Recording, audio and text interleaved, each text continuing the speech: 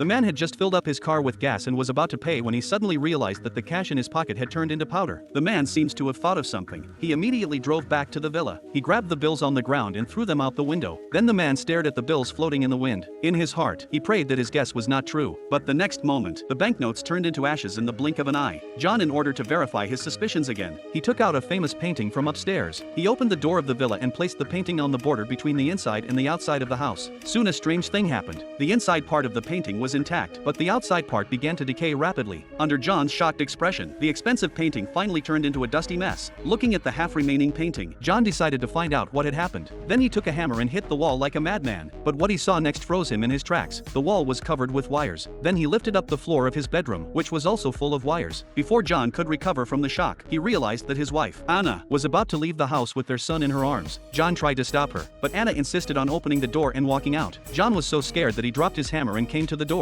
He wanted to call back the mother and son, but suddenly changed his mind. Outside the house, the child began to cry. Her white face turned red. Anna looked down and saw that her son's baby shoes were rotting rapidly. Anna shouted John's name. Listening to his wife's heartbreaking screams, John still could not give up his heart. He quickly rushed to his wife's side, picked up the baby and ran towards the house. The baby's shoes turned to ashes in the blink of an eye. But the next scene is even more unbelievable to both of them.